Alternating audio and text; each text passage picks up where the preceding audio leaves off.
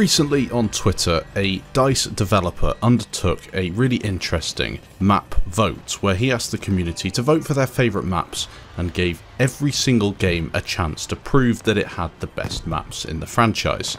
Now in this video we're going to take a look at the community picks for each game, the maps that took the most votes, and of course my own personal favourites. Please remember that this list is not exhaustive, and often you'll get a different answer depending on where you pitch the question and when you ask it. This one was undertaken by a lead developer with a large following on Twitter, and I know he reaches a variety of Battlefield players. Some love Battlefield 5, others don't. Some are still hoping for Bad Company 3, whilst many still exclusively play Battlefield 3. Either way, you should always make up your own mind, but this does still give you an idea as to where the community want DICE to focus their efforts and what the current crop of community members think are the best maps in the franchise. If you were to ask this question 5 years ago, I'm sure you'd get a completely different list, and if you're to ask it 5 years in the future, I'm sure it will change quite significantly again. It is quite interesting though to see where some of the maps lie in the results. There are always surprises there, and some that really, I think, deserve to be where they are. Now starting out, we'll get my own personal top 5 list out of the way. Please leave your personal top 5 list of Battlefield maps down in the comments, or upvote another list if it matches yours. Here is my list, and I'll also put this as the pinned comment down below. At number 1, I have Zavod 311. Arguably the most balanced map in Battlefield 4, it provided a great mixture of infantry and vehicle warfare in an interesting setting.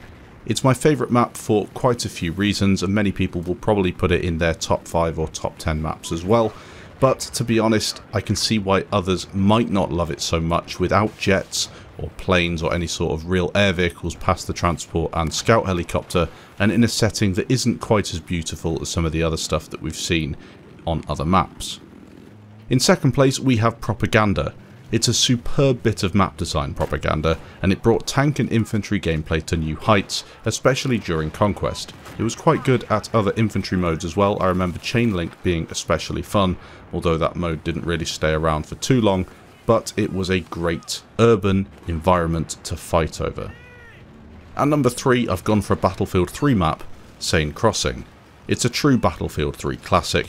For those that played it, you'll know how great it was, and I think on Rush it really hit its heights, and you could have so much fun. There are so many iconic clips and gameplay videos on YouTube of Seine Crossing, especially as many Battlefield YouTubers got started with Battlefield 3. I was too late for it. I did play BF3 on the console, but I never really played it on the PC. Even though that's the case, I'm still placing Seine Crossing so high up due to how special the map was. Damavand Peak is at number 4. Now it's not everybody's favourite map, but for me, the base drop is probably the biggest only in Battlefield moment you'll find, whilst it still remains as one of the most played rush maps in the game. You go back and play BF3 today, this map is still there on rotation, and there's a reason for that. It's just really good fun. At number 5 I've included a Battlefield 1 map, Amiens. It's not everyone's favourite, but Amiens gave me the most fun in my 750 hours played on Battlefield 1. It was great for Conquest, Grand Operations, although there were some other Grand Ops maps that were probably better, and it was also good for Frontlines, one of the best modes in the game. I feel as if it did a lot of stuff right. The Behemoth worked well, tanks had a good chance of really capping objectives and holding down sections of the map. There were lots of infantry only parts of it, and overall I just think it worked quite well, and it epitomised what Battlefield 1 was all about. St. Quentin Scar was also a good one, but Amiens comes out on top for me. Now you'll notice in my top 5 list I've only included 3 games, and there is a reason for that. Battlefield 4 is my favourite and most played game in the franchise, whilst BF3 has clearly held the test of time. Siege of Shanghai would have made it into my top 10 maps, plus a few other BF3 maps would have as well, but it's a top 5, so some have to be omitted. Battlefield 1 has some well-designed maps that many will include in their top 5, but unfortunately only one could make it into mine. And as for Battlefield 5, well, there's no maps in that game that I really would put in my top 10, never mind my top 5. Older titles such as Bad Company 2 have so many classic maps, but I never really played that game a whole lot. The bits I did play, I'd have to say that Valparaiso and Arica Harbour were at the top of the list, but again, that's for somebody who's played more of Bad Company 2, and maybe your list is just Bad Company 2 maps. We'll have to see. Now we'll get into the community vote, and this is quite an interesting one. As I said, it's undertaken at the minute, so you might not have loads of Bad Company 2 players still around, and maybe you won't have that many Battlefield 3 players still around, so you have to take that into account with the percentage of the votes, but you're still going to get a good indication of where the community are right now. Starting with Battlefield 5, Arras is the most popular map with 25% of the votes. That's not really surprising, and in second place you have Rotterdam, and in third, Devastation of Rotterdam. Those three maps are pretty good. I can understand why the community vote them so highly. In last place we have Fiel, Narvik, and then Hamada. No surprises there. All three maps are really not that great. Some work better on other modes, like Narvik works on some other modes, but overall quite disappointing maps. Now the way this system has worked is people vote for their favourite vanilla map, and then the DLC maps come in afterwards. So that's why some DLC maps are voted lower, but you have to take those into account as they are voted for separately. Now Morita and Mercury are by far and away the most popular DLC maps with Battlefield 5, but that's of course quite funny considering there aren't many additional maps to choose from, but they are voted quite highly, even when compared to the vanilla maps, which makes a lot of sense. They're not too bad. The most popular maps in Battlefield 1 are as follows. Amiens takes pole position with nearly 40% of the votes, with St Quentin Scar and Argonne Forest following in behind. The last place is occupied by Foul Fortress and Empire's Edge, both of which aren't very popular maps. I don't like them either, so I guess I have that in common with the community.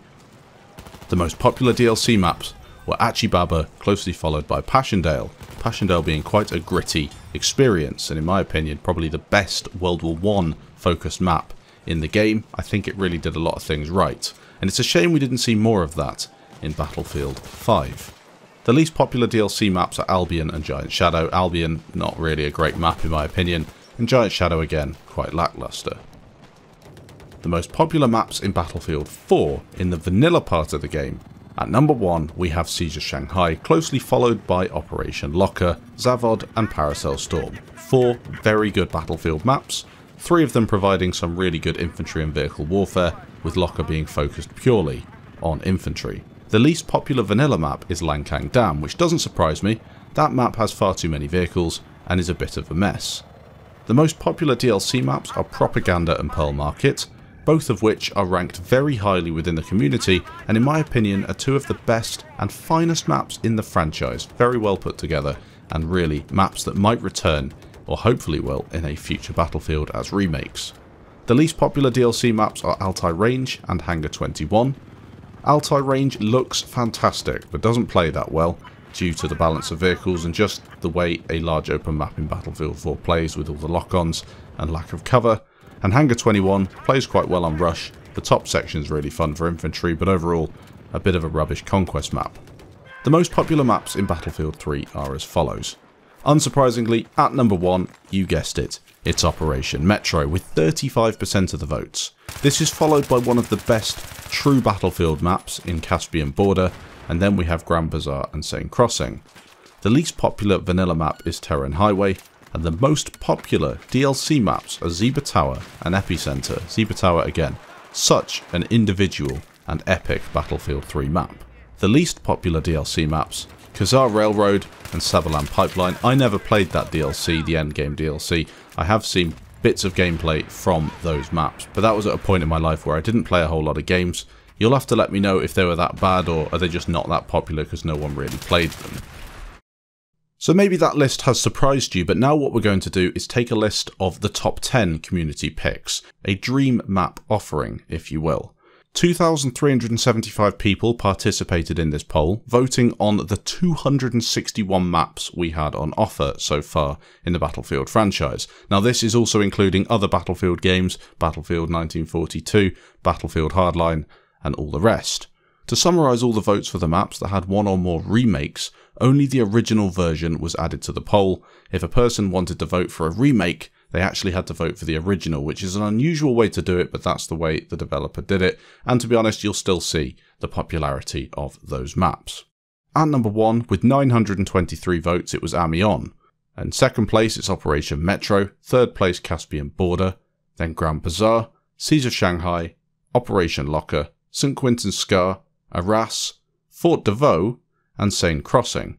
Now it's a bit weird, as I said, because it's based on votes and maybe more people voted for Battlefield 1 being a more recent game and all, but I'd say that that is a good top 10. I'd swap a few out, but if that game came out today with those 10 maps, I'd be pretty happy.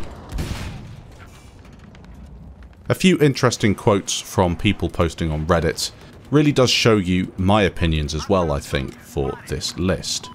The one not named has said, all this shows that people voting don't either remember the old maps in the older games or have never even played the older games. I know it's just for fun, apparently, but you can't take the results too seriously. Also, Valparaiso and Arica Harbour being that low is criminal. And I'd agree, those are two maps that I did mention before are very good and worth going back and checking out if you're looking for a fresh Battlefield experience. Hertz also came in with an interesting comment saying that Battlefield 2 and Battlefield 2142 have some of the best map design in the entire franchise, and it's sad to see them so low on the list. Clearly not many of the old Battlefield veterans participated in this. It seems as if a lot of Battlefield 1 fans voted. I wonder what percentage of the votes on Strike at Karkand, Gulf of Oman, Sharkey Peninsula and Dragon Valley were for the remake versions versus their originals.